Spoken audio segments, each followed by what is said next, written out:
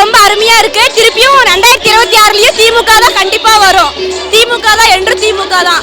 பெண்களுக்குலாம் ரொம்ப யூஸ்ஃபுல்லா இருக்கு. நான் முதல்வன் ஸ்கீம்ல இருந்து பஸ்ல இருந்து எல்லாத்துலயுமே ரொம்ப யூஸ்ஃபுல்லா இருக்கு. பாதுகாப்புல 100% பாதுகாப்பா இருக்கு. எப்பயுமே அடுத்த வருஷமும் திமுக தான் ஆச்சு. நாங்க திமுக மட்டும்தான் அடுத்த வருஷமும் நாங்க தான் வருவோம். பெண்களுக்கு 100% பாதுகாப்பு. ஐடி செக்டர்ல வேலை பார்க்குற பெண்கள் எல்லாம் நள்ளிரவுல தான் கேப்ல போறாங்க. இங்க சுத்தி பாருங்க, இந்த பெண்கள் எல்லாம் எங்கேயோ இருந்து வந்திருக்காங்க. எந்த ஆண் துணை இருக்காங்க. பெண்களுக்கு முழுக்க முழுக்க பாதுகாப்பு எங்களுடைய தளபதியோட ஆட்சியில. மிகச்சிறந்த உதவியா இருக்குது. அந்த கலைஞர் மகளிர் உரிமை தொகை 1000 ரூபாய் வந்து எங்க பெரியமாங்களுக்கெல்லாம் பாத்தீங்கன்னா மகன்கள் இல்லாதவங்களுக்கு அது பேருதவியா, மருத்துவ செலவுக்கு பேருதவியா இருக்குது. அவங்களுக்கு வந்து ஒரு தன்னோட மகன் ஒவ்வொரு மாதம் கொடுப்பது போல ஒரு பெரிய ஒரு பொக்கிஷம் மாதிரி அந்த 1000 ரூபாயை பாக்குறாங்க.